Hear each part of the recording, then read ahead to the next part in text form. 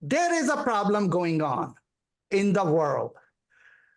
Israel has attacked on Iranian embassy, and now Iran has to retaliate, which will escalate the troubles or globally, which will affect the oil prices.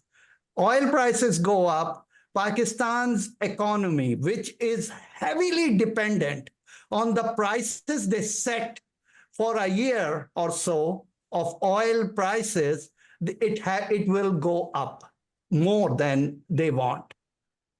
How Pakistan government is gonna deal this scenario?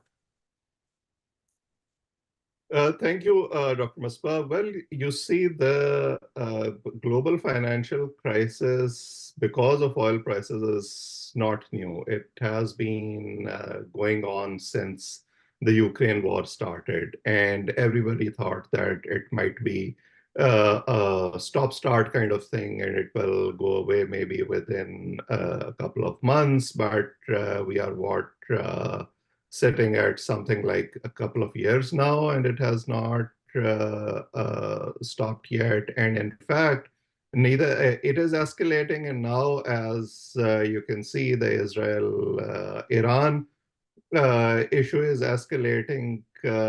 We were thinking that maybe the ceasefire in Gaza will lead to some stability, but all these things are interconnected. It seems that nobody is thinking about scaling back, but the focus is on escalation using whatever means they have available. Now, we will, as you saw some time ago when there were reports of an Iranian attack inside the Pakistani territory, we had seen very mature statements from the Iranian leadership that we don't want to escalate after Pakistan had responded, and the matter eventually kind of fizzled out.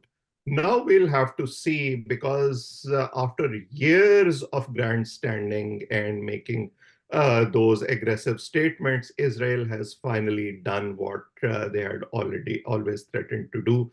And Iran had always maintained that they will respond with whatever force and whatever means they have available. So we'll have to see how they respond and to what extent they respond, because if that happens, I'm afraid, like the Ukraine-Russia war, it will not remain within the confines of Iranian and Israeli borders. It will, of course, United States will come to the aid of Israel, and Iran will have its own allies in the global south. So it threatens to become, I would hate to say World War III, but something close to that. Now, if that happens, not just Pakistan, but the entire world will be affected. Here, sitting in US, oil prices have been rising throughout the past month or so, almost 25% increase so far.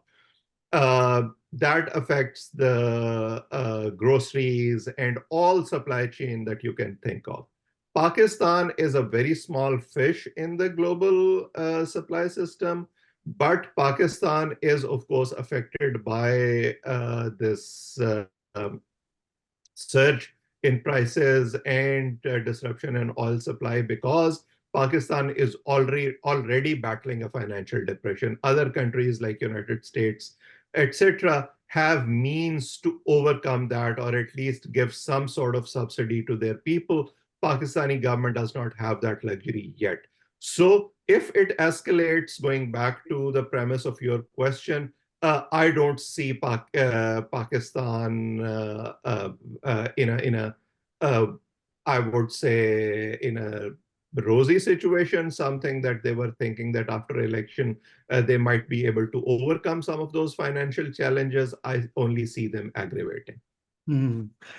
Well, yeah, I do agree with Oves, what he says, that world situation is going to be affected with the oil prices. But unfortunately, as he said in the end, that Pakistan inside is already facing a lot of troubles, a lot of problems, economic problems.